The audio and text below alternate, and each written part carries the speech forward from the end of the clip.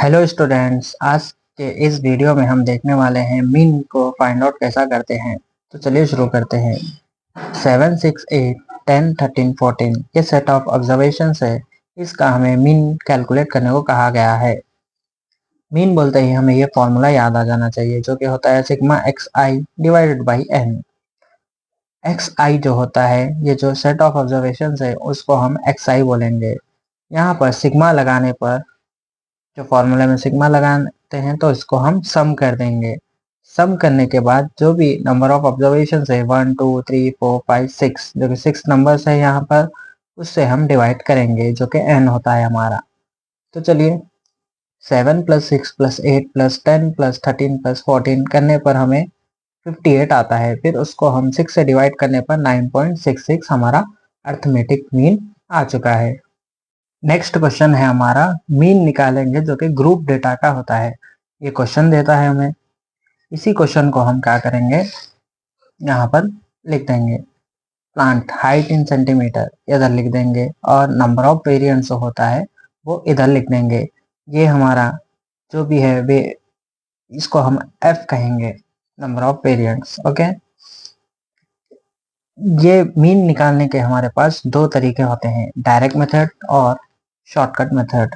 पहले हम direct method देखेंगे। डायरेक्ट मेथड में हमें ये दो की ज़रूरत नहीं है, सिर्फ यहाँ तक की लिखना है हमें। ये दो तो हमें क्वेश्चन से मिल चुके हैं। अब हमें एक्स आई निकालना होगा। एक्स आई जो होता है वो मिड वैल्यू होती है। मिड वैल्यू देखिए, 0 to 10 के बीच की मिड वैल्यू जो होती है 5 होती है। 10 to 20 की मिड वैल्यू 15 होती है। 20 to 30 की मिड वैल्यू 25 होती है। ऐसे ही निकालते जाएंगे तो 35, 45। नेक्स्ट स्टेप है हमारा एफ इंटू एम, यानी तो एफ आई इंटू एक्स आई करेंगे हम।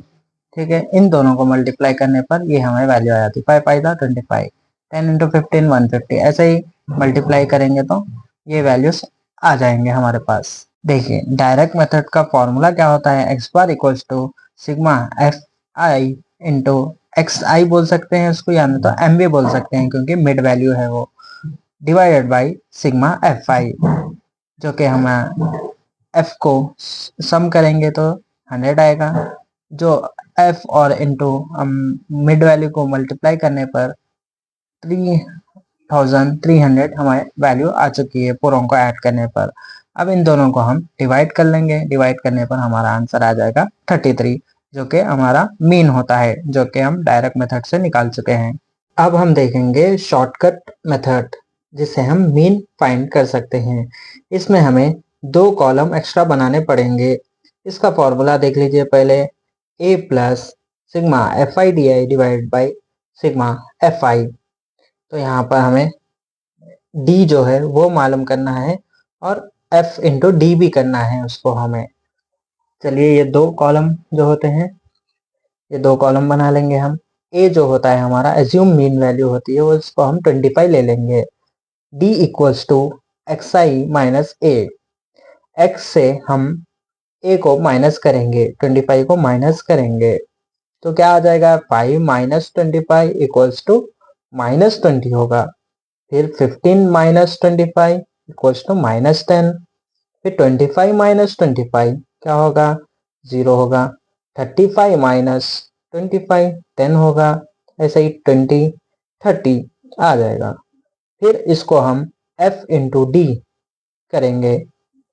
5 इंटू -20 इक्वल्स टू 100। ऐसे ही करते जाएंगे तो ये वैल्यूज आ जाएंगे। फिर हम इसका पूरे वैल्यूज को ऐड कर लेंगे, जो कि हमारा एफ डी हो जाएगा। यहाँ पर फॉर्मूले के रिक्वायरमेंट है कि एफ डी निकालेंगे तो ये वैल्यू 800 हो जाएगी। और सिग्मा एफ आई क्या था, हमारा 100 था, जो कि पहले ही मालूम कर चुके हैं। और ए जो है हमारा एज्यूम मीन वैल्यू 25 है। इसको सिंप्लीफाई करने पर 33 आ जाएगा आंसर। ये दो जीरो कट हो जाएंगे।